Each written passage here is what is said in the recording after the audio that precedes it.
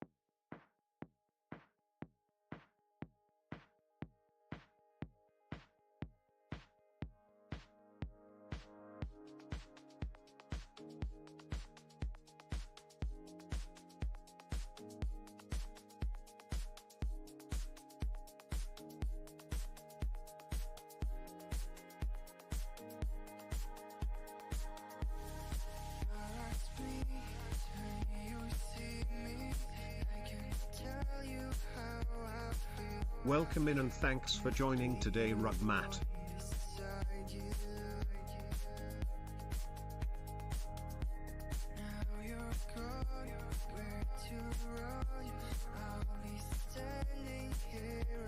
Welcome in and thanks for joining today, Freakberg.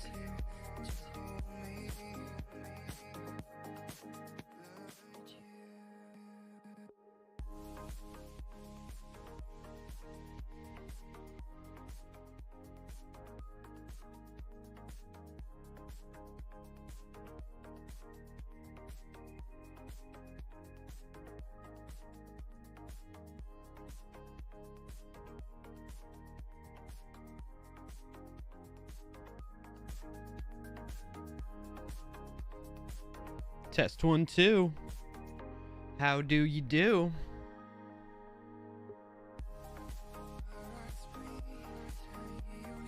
All right, quick camera angle checks.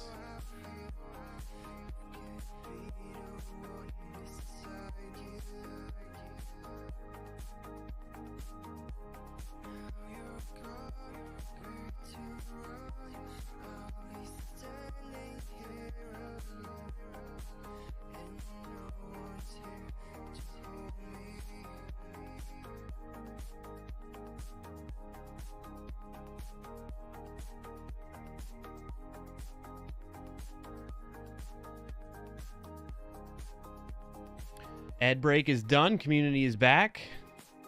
Blob dance. All right, let's do this. Also, pretzel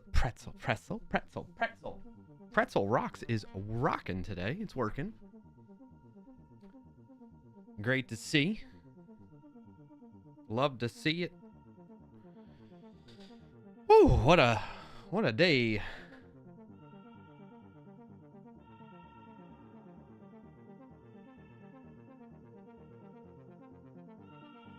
Okay, here we go.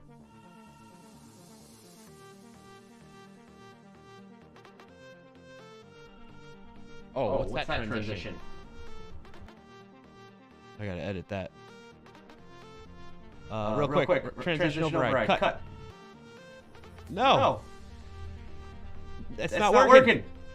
This is what I get for adding a new camera angle thing. Out.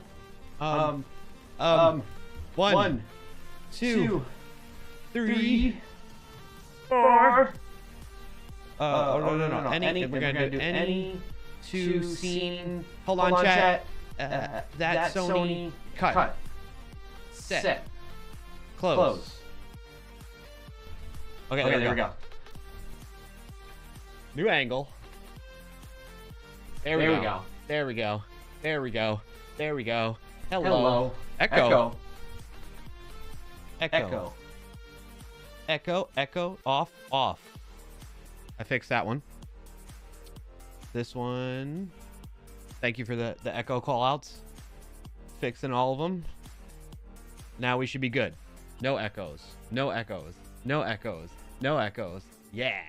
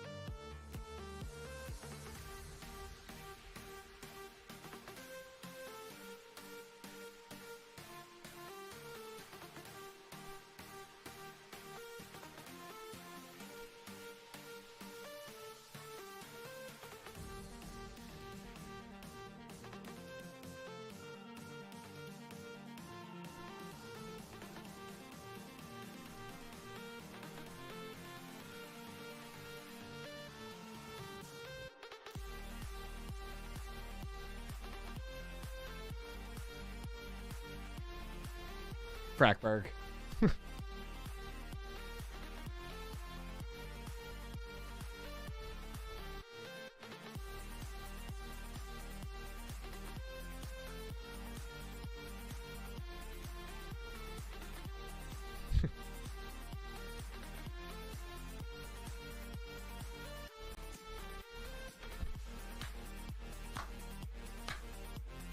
We made it.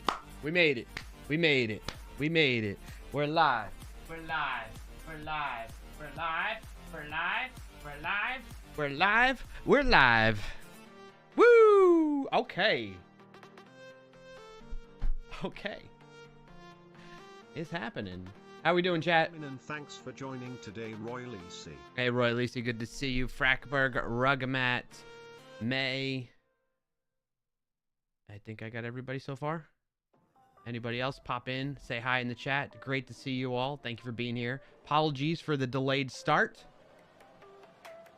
It is what it is. I'll explain the cameras. I really want, I mean, listen, it's either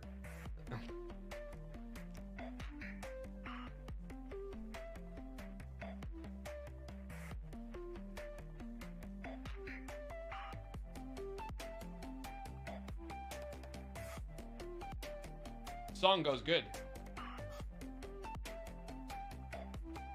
Listen, it was either I start late with the cameras or I start on time without the cameras and no dance. Okay? That was our options. So we went with the option of dance. Dance to the max. Okay? When did you take LSD? I don't know. Roy Lisi, thank you for redeeming the Matrix there. Frackberg says you gotta quit YOLOing those updates right before your streams. True, but I'll explain what happened, okay, in a second. But let me catch up on chat really quick. You also said it's nice of you to provide the CIA with all these camera views of you. You're welcome, CIA. It's me. You got me. You got all the angles. Woo, says Frackberg. Blob dances. Thank you, Rugmat, for dance emotes there as well. There we go. Just on this scene? No, just not double echo. Oh, the double echo was on the probably the new camera angles. That's what it was. It was not the new camera angle, but the new camera added into that same angle. I replaced it. We'll talk about it. And then I went to the ads. Okay, I'm all caught up on chat. Release is a good choice there. Dance is required this Friday. There we go. Okay, so whatchamacallit. So normally at this angle on this side, okay, is where I have the GoPro, okay? But instead, I've been utilizing this camera for like my YouTube videos for work. Speaking of, shout out Sneak, SNYK.io, my company that makes it possible that I can do this every Friday. So thank you to them. And this is not sponsored or endorsed by them by any means, but they allot me the time to be able to do this. So that's what that's about. So I've been using this camera for work for the YouTube videos that we've been doing to get a different angle, basically the angle behind me facing my desk. If you haven't seen that, you can check that out, youtube.com/sneak, SNYK. SEC, S-E-C. And it's the second one that should be coming out on Monday, possibly Tuesday, because I just got the first edit back like right as I started stream. So if there's any changes that are going to be needed there, it might get pushed back because they're finishing their day, our editors that we have over there for this stuff. So anyway, I've been using that camera angle this way, okay? And I was like, oh, well, you know what? I already got the wires kind of hooked up. Let me just set that up here, and then I can move the GoPro up above me, because I have like way more versatility with the GoPro in terms of where I can put it, because the clamps for that and stuff like that I have, like all kinds of, like, you know, GoPro is meant to be hooked up to all kinds of stuff. So that said, however, I normally, all right, so we're going to get into the weeds on this, okay? The GoPro, which is there now, that one is normally hooked up, like I have a USB port on the back of my monitor, the one that's like right here in front of me, the main one that you all see that I share with you all. And that has a USB port on it, and I plug that in to power with the battery out of the GoPro to power the GoPro. And that usually works fairly good. It's a little finicky in the sense of like what happens is it starts to power on, and if I plug in the HDMI cord into the GoPro too soon after it's powered on, or have it already plugged in when I go to power it on, it ends up getting in this looped cycle where it's like constantly powering on and then it shuts off, and then it powers back on and it shuts off. So I have to, like, in that normal state that you all typically have seen me use with the GoPro on my left here, in the normal state of that, I have to turn it on with just the USB-C plugged into it to the back of my monitor just to power it, and let that sit for like a minute or two, and then I plug in the HDMI, okay? So I'm giving you that context because that's what was part of what was going on, okay? Part of it was the GoPro, when I tried to plug it into like just the PC directly, it kept going into like USB mode, and like it wanted to transfer files and stuff like that, and I'm like, no, I just want you to power it. What's up, Trashly? Welcome in. Happy to have you here.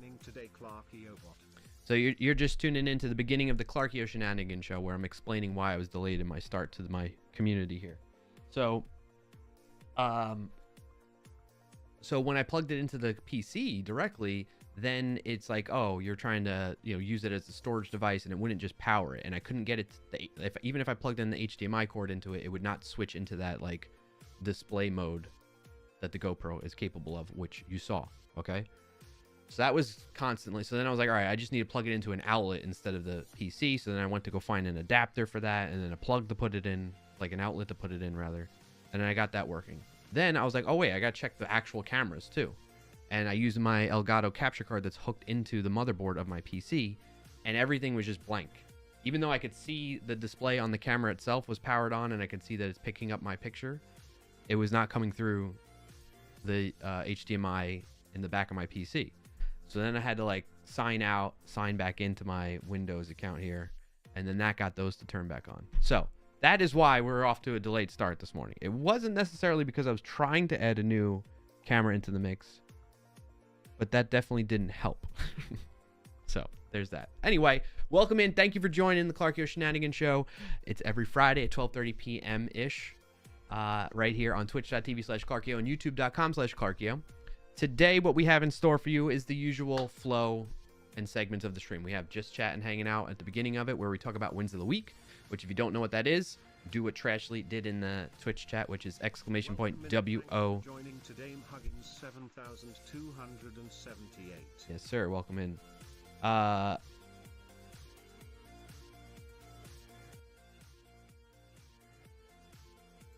music used to go. Sorry, just a second.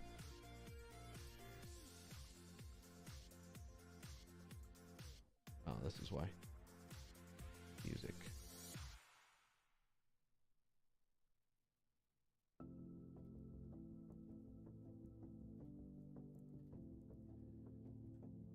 Why doesn't it sound louder, though?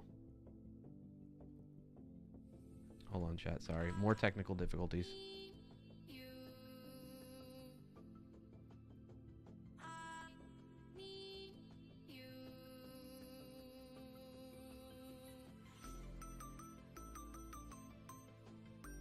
There we go. Okay.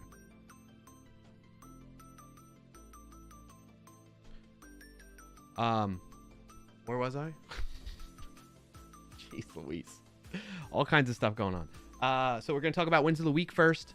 Then we'll get into Wordle and connections and possibly words on stream. And then we'll get into the technical segment of the show, which is what you see the title is about, working on the Wordle Discord bot. Now, I have some updates on that to catch you all up on because I worked on it off stream a little bit. So I'll be sure to, ramp you all up on what I did off stream from between last stream and this stream. Okay. But I got some things working. Some of you that play Wordle and share your Wordle results in the Discord already got a little taste of what I was doing. But if you'd like to join the Discord, speaking of that, you can go to clarkio.com/Discord. And that has the invite to the server there. Off hours mentions. Exactly, Huggins. Huggins, you were one of them, and Rugmap. That's who I was thinking of. Okay, so how are you all doing? What's your win of the week? Let's get off onto a more positive start than these little hiccups that I've been having with the stream production stuff. For me, I actually had a rough morning, personally, so that's kind of thrown my day off a little bit. My body woke me up this morning at like 6 a.m., which is quite unusual for me. Normally it's like 7:30 that I just wake up naturally. But my body woke me up around 6 a.m. because I had this really, really bad, I don't know if this is just a New York thing that my mom always taught me as a kid, but the way she described this, it's called agita. But basically it was like this burning, uncomfortable sensation in my upper stomach or upper abdomen area. And it did not go, and so I couldn't lay down because it was just aching. I couldn't roll over. I couldn't find the right position, so I had to just get up and walk around. And I was walking around from 6 a.m. all the way until 9:30, 10 a.m. this morning, basically. So it was a bit of a rough morning, uncomfortable morning. Finally, I ended up taking I normally shower in the evenings. My wife Mrs. Clarkio was like, why don't you try taking a shower, see if that helps or something like that. And it actually did help out a lot because I guess just the sensation of the water on the rest of my body distracted me. Plus it was also in the latter half of this whole thing happening. So I don't know. Anyway, glad to not be feeling that now. I don't know if it's something I ate last night or what, but I didn't really eat anything out of the ordinary that would make me have my body react that way. So it was really really uncomfortable and painful. So it didn't start off on a good note, but on a positive note, feeling good right now. On a positive note, the kids are doing good. A soon to be win of the week is tonight. The kids are doing a kids night out type of thing, which is basically a parents night out thing where we're going to drop the kids off and me and Mrs. Clarkey are going to go out on a little date night, which we haven't done in quite some time. Although, I mean, we kind of did when we were on our vacation, so, but we haven't done this type of date in probably, I don't know, a month or so. We try to go fairly frequently. Keep up the consistency with that, because those of you that are parents understand you do need to make time for each other, right? And just reconnect on an adult level instead of just constantly talking about kid stuff or just things that need to be done around the house, the usual stuff. So anywho, I'm excited about that. So that's an upcoming win of the week. What else? Work is going good. Still fantastic. Really happy with that. Kids are happy and healthy. My oldest daughter's cough is kind of going away. Well, here's the funny thing. It was going away, and then because we brought it up to her, oh, hey, it's going away, I think she's more conscious of it, and so then all of a sudden she started coughing again more. So, but we think that's on the mend now. So that's a good thing. Positive note. What else? Just having good quality time, fun times with the kids, seeing them growing up. My youngest saying new things, using full-on expressions and in the proper way. The weather, oh my gosh, the weather has gotten so much better. It's not so hot here. So those are all my wins. What are your wins? Drop them in the chat. Let me know. Would love to hear. I see Frackberg says 6 a.m. would have been nice. I woke up around 3 and couldn't get back to sleep until 5. Hey, at least you went back to sleep. I've been up since. And that's the thing. I was also I kind of want to, once I feel better, go back to sleep. But like once I'm up, I'm kind of up, and I need to be up for several hours before I can like try to take a nap or something like that. So we'll see. But yeah, I was like, I think I'm gonna be sluggish tonight, and I don't want to be. I want to be awake. We're gonna go out to dinner, and I forget what else. There's something else we're gonna do. Anyway, we're gonna have fun, and I want to have the energy and be awake enough. Maybe I'll just have like a late caffeine kick somehow. Anywho, that's what's going on there. But what else did I miss in chat so far? May says sneak merch. I did bring that up. I brought up the message. I got crickets. It's a known thing that hold on. Gotta check work stuff real quick. I'm getting messaged. Saving things as reminders. Okay, cool. I'm caught up there. And this reminded me to check. I dropped that message last Friday.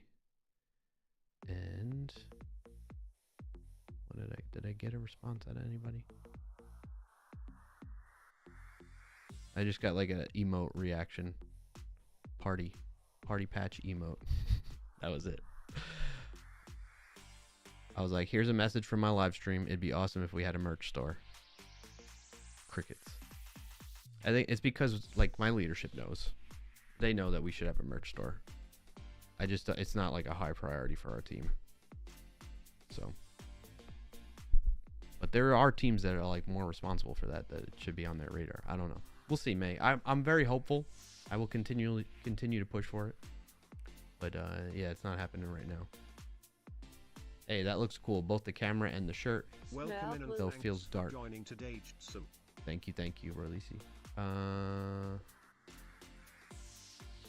Crackworks says subtle sneak ad with the shirt in the background. Yes, I keep it there. So funny thing about that, Frackberg, that you notice, I keep that there, and there's another purple sneak shirt behind it. Because then I'll get up and get dressed, and then like if I'm gonna do something like a video with work, I'll throw that one of those shirts on for the videos.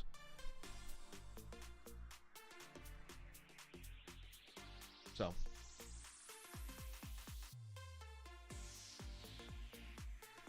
that's what that's about.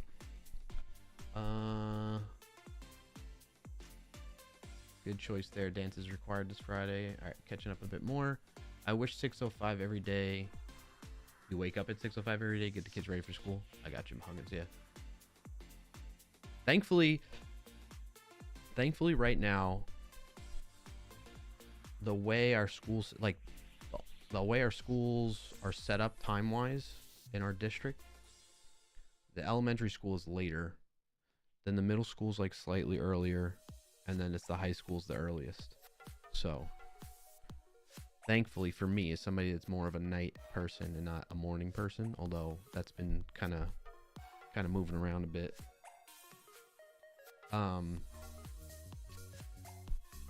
I appreciate that. I'm glad I don't have to wake up that early. I don't know if you care or not, but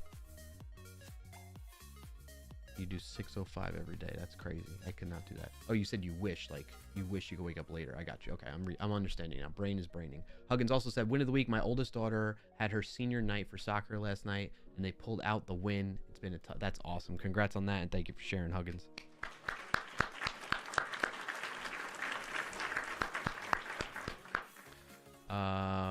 Roy Lisi says, sounds beautiful. Can't wait to hear the next win of the week. Speaking of which, my setup finally is over. My main PC is home and connected through SSH. It worked flawlessly. Even my worries about latency were removed. Nice. So now I'm gonna be setting all up at home and only connect from work. Congrats. That's awesome, Roy Lisi. Thank you for sharing too.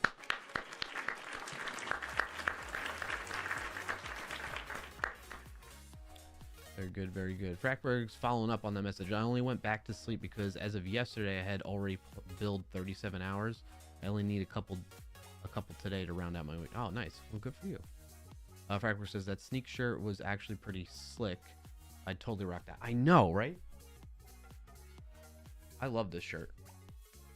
This is the one we got for our end of year basically the company does like an end of year swag delivery, and you could choose like all kinds of stuff. Basically, you could choose between like 2 or 3 different bundles. And so I chose this one, which was fantastic. The quality, I cannot express this enough. Like, yes, the design is awesome in itself, which I love, but the quality of the shirt is very nice. Like it's soft but thicker. Like, you know how like most shirts are pretty thin, most t-shirts. So I very much love that. A lot.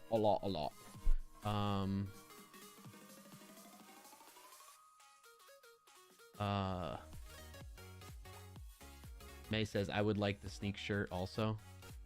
Frackberg, win of the week. New stream toys should be here soon. Ooh, what toys are we talking about? What kind of stream toys? Congrats on it though, nonetheless.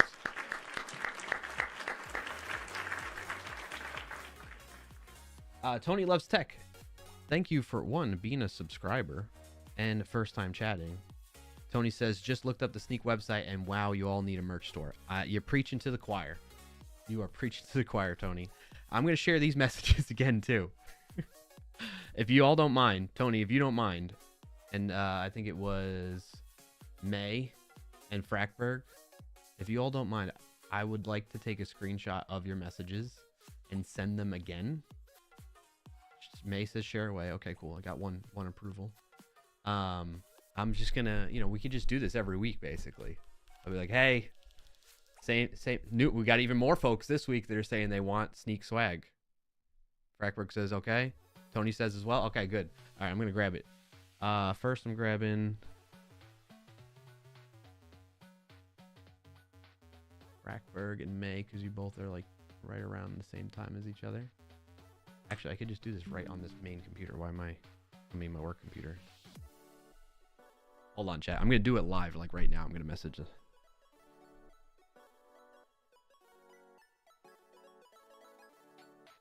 All right, I'm getting Frackberg and...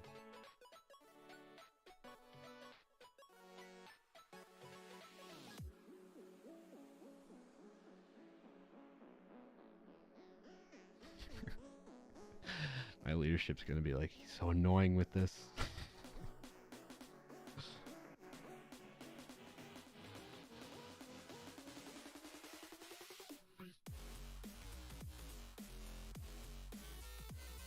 I'm going to put the like smiling sweaty emoji.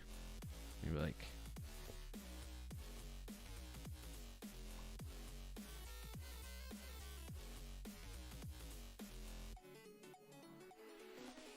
Folks caught my sneak shirt on the stream today, and now even more are asking about a merch store. Saying.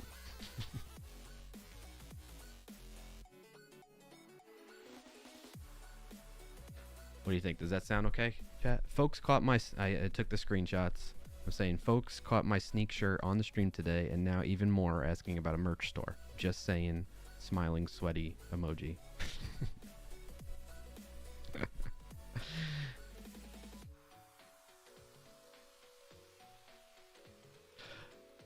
Send it.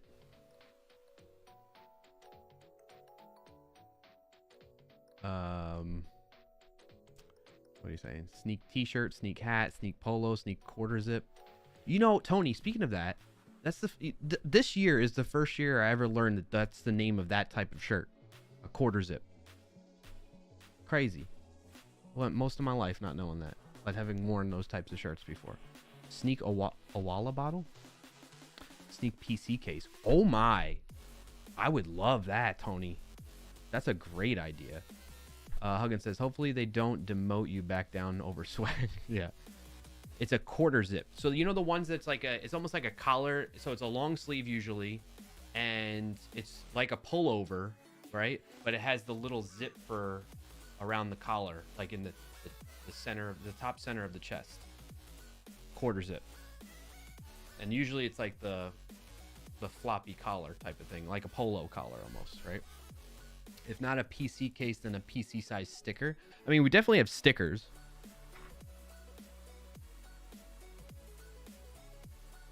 like Sneak, every year when it's the company's anniversary, they send out the Sneak anniversary sticker. So Sneak's 9 years old now. So we definitely have stickers that you can put on your PC or laptop or what have you. Crackwork says that Sneak shirt would go well with my GitLab hoodie. A good stack right there. Tony says, I've been studying design lately, so when I see a good logo, I've got to see that screen printed or embroidered or something. Yeah. No, I'm with you. I'm with you in the sense of like, well, no, I'm not a designer or study design, but I appreciate really good branding. And this one, I'm like very proud of our company's branding. And I had no part in it, but I just like it makes me want to wear their swag, like that logo all the time. Swag is always welcome. What's up, JT? Good to see you, buddy. Frackberg says, I got the new LP mic Arm Pro with the better springs and the prompter. The Elgato ones, they're fantastic. You're gonna love them. And the prompter, you use it as a third monitor. Like when I'm not streaming, I'm using it as a third monitor, or I'm using it as like a script reader for when I'm recording videos. Like it's worth it. It's worth it. So many tech companies have surprisingly good branding to warrant selling merch. Yeah, Tony, I know. Like the ones that I think of that come to mind for that is Syntax. So it's not, well, I mean, they are a company, right? I don't know if they're technically a company or not. I don't know what the situation is, but Syntax by Wes Boss, Scott Tolinsky, CJ, who's a fellow, Coding Garden on Twitch here. It's owned, well, I think Sentry bought them out essentially, or acquired them. I don't know what the specifics are, or how the proper way is to describe them. But anyway, since Sentry has taken over, well, not taken over in the sense of like taken over the entire Syntax stuff, but Sentry and Syntax combined have now made like an awesome merch setup. Like they really do merch well, and the branding of what they offer is really nice, like wearable stuff that you can feel good about walking around in every day type of thing. So yep. In my experience, a lot of tech companies actually double as clothing lines as Frankfurt. Yeah. Huggin says, regarding the zipper, only covers the top quarter of the shirt. Yeah. I know, it makes sense now, like when I think about it. Or you know what they, the shorthand that people will call those? Thanks for joining today, Vino8. They'll call them Q-zips instead of quarter zips. That was another thing too. Crackbrick says, I definitely need some Sneak logo stickers for my PC case. I'm going to rebuild that in the coming months and quit streaming from my Mac. Ooh, okay. Well, so when it comes to stickers, I might be able to do something about that. I can probably... I have a bunch of Sneak stickers. It's just a matter of getting them to you. So if you can figure out the best way that I can send them to you, I'll be happy to send out stickers to anybody that wants some. I have like the standard Sneak logo. I have a couple other just like security based ones. I can, we can do a little security, a sticker kind of, a sticker try on, if you will, sticker haul, to go through that and like plan that out. Maybe by the end of the year we can figure something out like that. But the thing is, like, I know, let me put it this way. How do I put this? I want to respect people's privacy, and I don't know that you all would want to share your address or any address unless maybe you have a P.O. box. That's what I do. I have a P.O. box. And then that way I can send it there without you having to reveal your address to me. So, but I mean, either way, I'm not going to do anything with the address. I can assure you. I have no interest in any of that stuff, especially since that would kind of go contrary to my beliefs of people's privacy and stuff like that. So yeah, let me know. What if Sneak partnered with Starforge on their plate design? Starforge is like that PC building PC build company, right? Maybe that could be a situation. Frankfurt says, yeah, Elgato. I already had the LP mic arm. The new one has gas springs which handle the weight of the 7. Yes. So you might see me. I'm constantly fiddling with this. It's because I have the low profile LP one, but the hinge of the second piece, so like the main piece that hooks up to the desk mount part of it, that thing handles everything fine. Like I have no issues there. This secondary arm is when it like, I have it set at one position, and as soon as you let go of setting it, because of the weight of the SM7B, it just goes like, so you kind of have to like set it up higher than you want it, and then it drops down. I know, I feel that pain. Now you got me wanting, maybe I should look into the gas springs, and then I could use this one. Oh my gosh, you're gonna make me spend money, Frackberg. Or not make me, but talk me into, influence me to spend money. Welcome in and thanks for joining. Because I do want the white. I know they have a instead of the black arm, they have the white LP arm. I do want that. Is the gas spring one available in that? Why am I asking? I can just look it up. Who joined that? It said something. I missed it. Milonite, what's up? Happy Friday. How you been? What's your win of the week if you got one to share? You think so? I'm gonna look it up. El Gato. I love El Gato. I'm a huge fan. Sell the stickers, sneak merch. Now you got money to burn. I don't know if that would go over too well, but that's an idea. The creator loadout. What is this? They have a Call of Duty. Ooh, they have a Call of Duty Black Ops. I guess I can share my screen, right? Call of Duty Black Ops Stream Deck. And mic. Ooh, an arm. That's cool. I wish they just had it in white, though. What does it come with? Oh, that's cool. Very, very cool. I want the mounts. Mic arm LP. How do you know if it's gas springed or not? This is the one I want. It's not letting me switch. Oh, okay. It was just lagging. Stuff is here? Nice, Frackberg. Go grab it. How do you know if it's a gas spring one, though?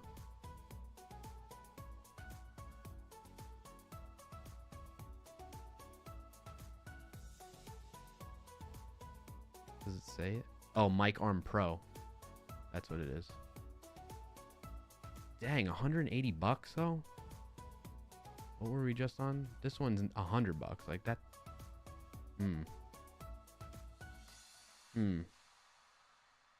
They are pricier.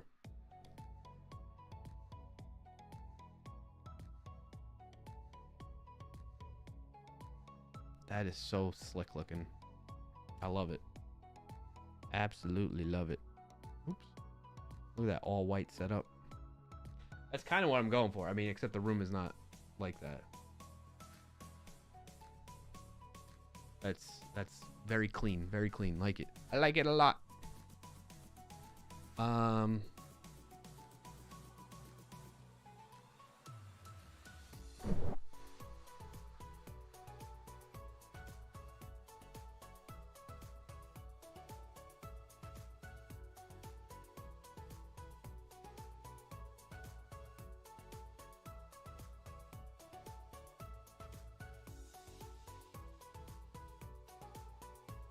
Yeah. All right, let me catch up on chat more. It's a pain if I knock it out of place on my bike. Oh yeah, Frackberg, I got you.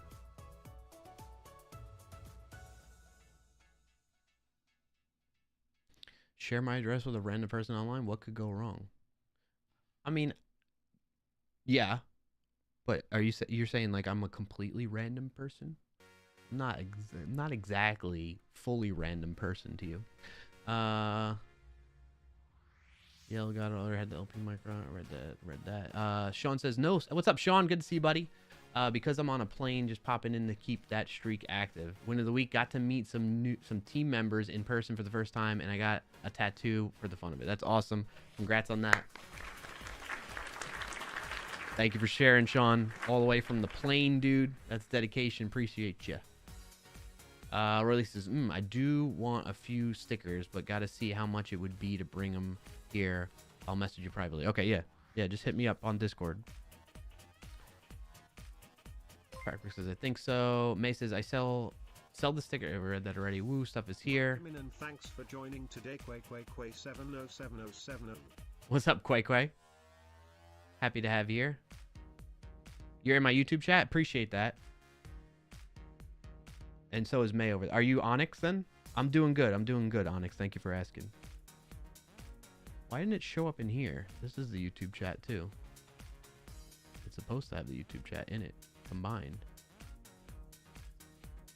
Sorry about that. I have a backup instance of the YouTube chat on the left-hand side. Just call you Onyx? Okay. But because of instances like this, it's not showing both YouTube and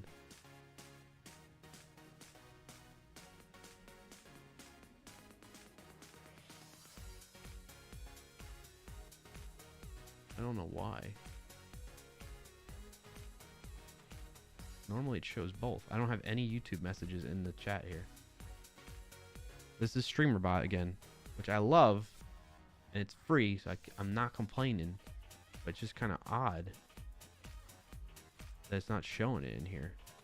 You know, when in reality, like I see it. I see the messages. It's there. Toggle Twitch, toggle YouTube. This is my first time being in your stream. What game you play? Welcome in. I'm glad to have you here for the first time in the stream, Onyx. Games that I play. Normally I play, well, for streaming wise, I don't stream games. Streaming, what I do is I do programming. But right now you're catching me at the beginning of the stream where we're just chatting, talking about our wins of the week, which is, if you want to know more about what wins of the week is about, you could do !WOTW in the chat to learn more about that. And then we get into later on in the technical portion. I'm working on a Wordle bot, a Discord Wordle bot. So that's what we do. But yeah, when I'm gaming off stream type of stuff, it's Apex. Although I'm gonna check out the new Call of Duty probably a bit more. I already got a little taste of it. There's a way you can set your computer to travel to New Zealand to get, to be a day ahead.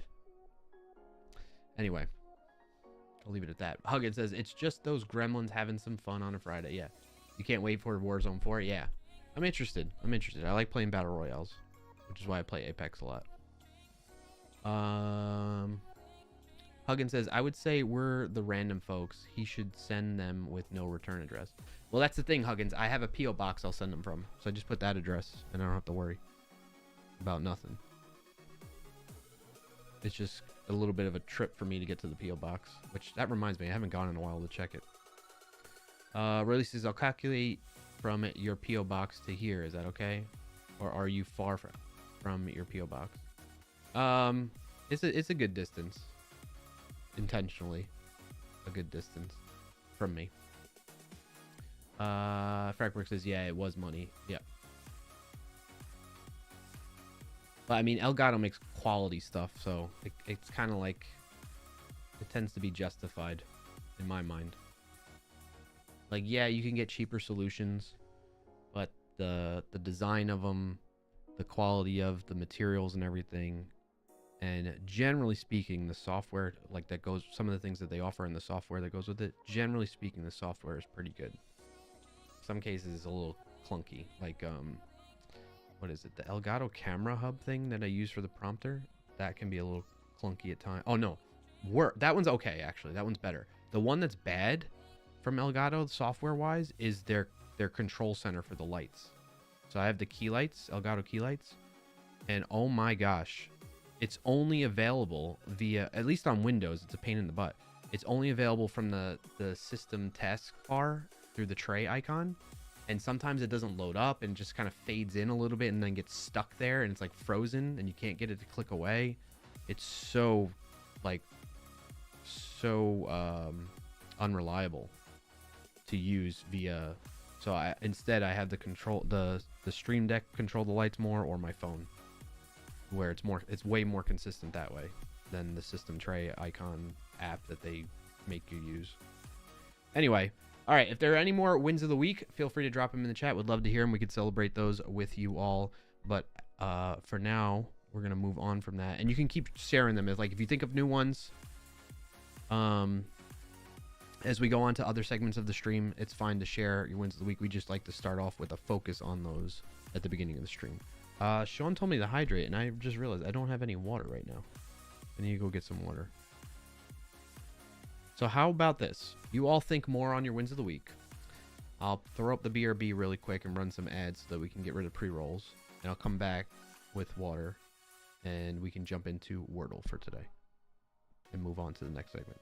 Is it just playing the same song over and over again? Chat?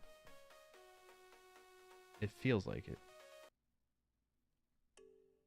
Okay. All right. So I will be right back to go get some water. Think of some wins of the week if you have any. And then I'll check in with you all.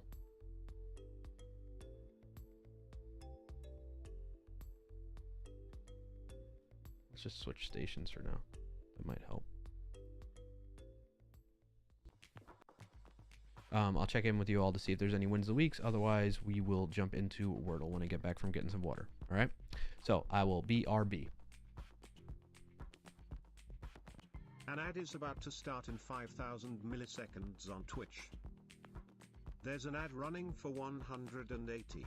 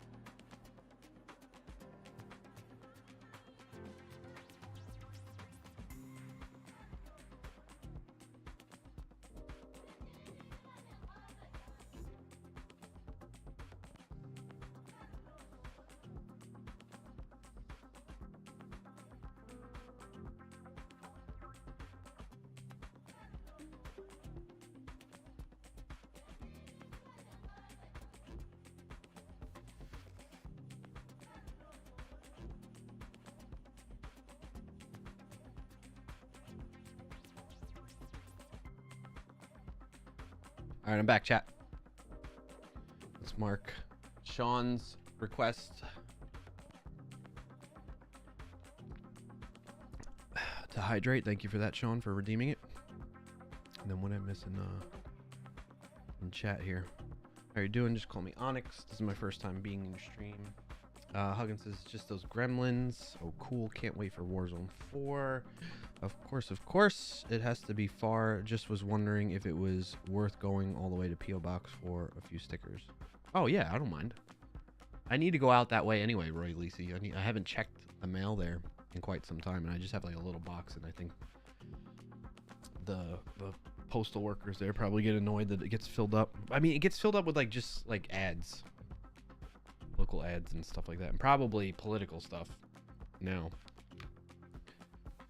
We got the election coming up here. What else? Onyx says if you get 5,000 points or bones, you get Bauer. So if I redeem it, do you deliver me a dog named Bauer? No, I'll bring my dog on camera. Onyx. All right, I'm all caught up on chat messages. For some reason, the music stopped because it's Pretzel Rocks. It's just going downhill. I was just applauding them again, and then it's going downhill. All right, time for Wordle. All right. If you're new here, if you're not familiar with the competition we have, you do not want to help me with this Wordle, okay? You want me to lose, actually, because what ends up happening is we have a little competition going on in the community where if I guess the word in 3 or less guesses, I get a point. If it takes me 4, 5, or 6 guesses, you all get a point. And if I fail completely, you all get 3 points. And currently, you're up by 3 points, chat, from last stream. So I really need, I got some catching up to do. So, here we go. Okay, good start, good start. Frown. Is it frown? Fried. Try ED. Okay, we know it's...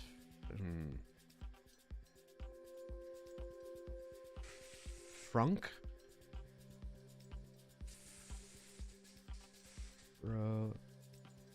Frost? Frown.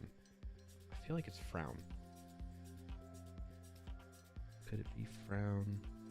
Oh, I'm in trouble. I'm not going to get a point again. Frown.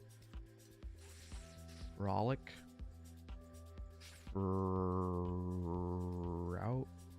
Frown.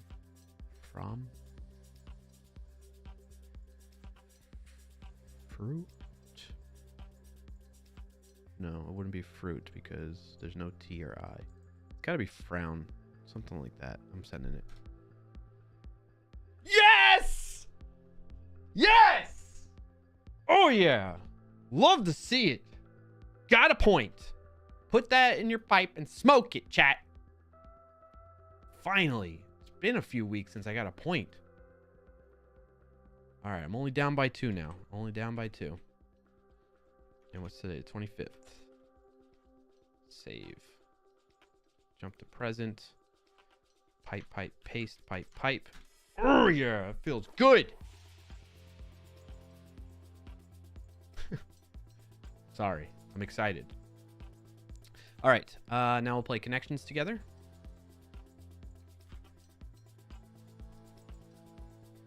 Let's, no. Don't want that. 1, 2, 3, 4, 5 shuffles. You did turn the bot on before pasting, right? I did not, Roy Lisi. I don't have it quite ironed out yet where it's ready for production like that. Huggins says, I didn't have the F, so I think I tried like brown and grown before I got it. Oh, man. Well, that's a bummer. That's happened to me, though. It happens to the best of us. All right. Point. Dot. Point. Period.